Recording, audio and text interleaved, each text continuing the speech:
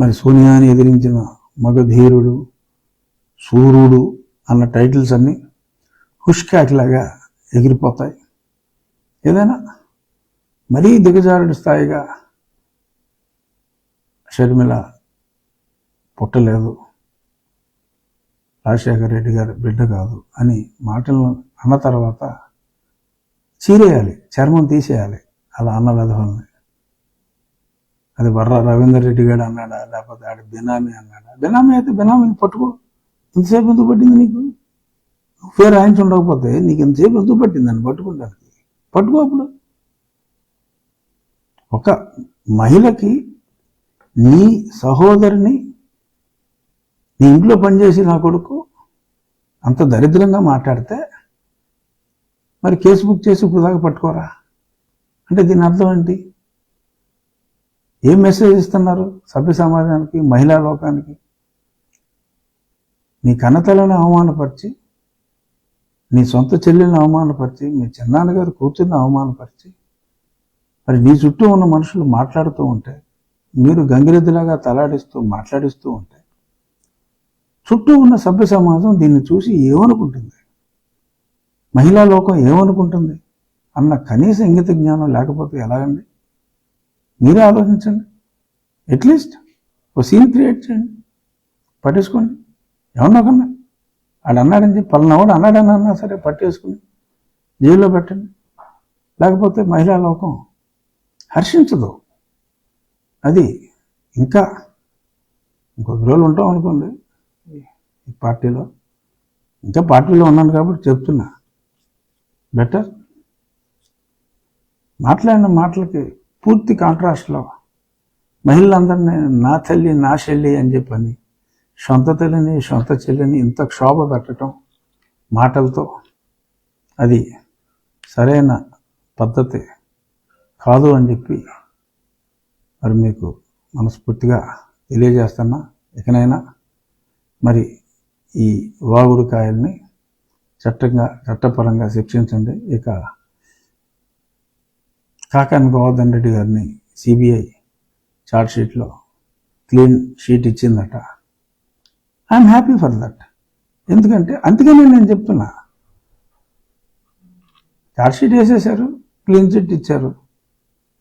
మరి మీ మీద charges frame చేసి ఛార్జ్షీట్ వేశారు అంటే మరి ఇక్కడ మీరు సంతోషపడుతున్నారు. కాకాని గోవర్ధన్ రెడ్డి ఫైల్స్ దొంగతనం చేయలేదు, ఎవరో ఇద్దరు ఏదో నసీబు ఏదో పేర్లు రాశారు, వాళ్ళు కన్నాలు వేశారు అన్నారు. సరే, కన్న వేసింది ఇతను కాదన్నారు తప్ప వాళ్ళు ఎవరి కోసం కన్న వేశారో తెలియదు.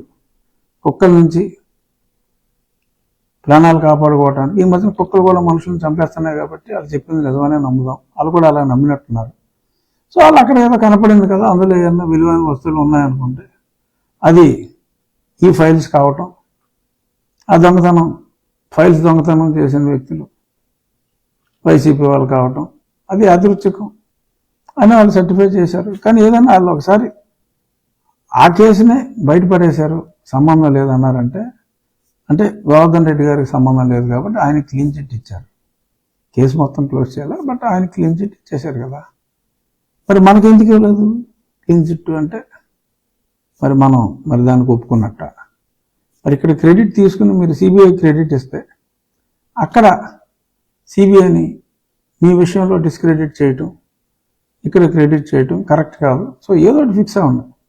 ఇక్కడ అభినందిస్తే మీ తేడాన్ని ఒప్పుకోండి, లేదు నోరెత్తకండి. అంతేగాని ఇలాగా నువ్వు ఊహించుకుంటావా కేసు, తమ్ముంటే చెప్పు, నువ్వు ఊహించుకుంటావా కేసు అనే వ్యర్థవాదములు ఎందులకు అర్జున? వ్యర్థవాదములు ఎందులకు అర్జున? ఆలోచించుమా అర్జున అని నా పేరులో కృష్ణుడు ఉన్నారు కాబట్టి ఈ మధ్యన ఎలక్షన్లు వస్తున్నాయని చెప్పి మైథలాజికల్గా కృష్ణుడి క్యారెక్టర్కి ఎక్కువ ఇంపార్టెన్స్ ఇస్తున్నారు కాబట్టి కృష్ణుడి క్యారెక్టర్లోంచి నేను చెప్తున్నాను. కృష్ణరాజు గారు అర్జున్ రెడ్డి గారికి చెప్పిన భగవద్గీత ఉవాచ. Thank you.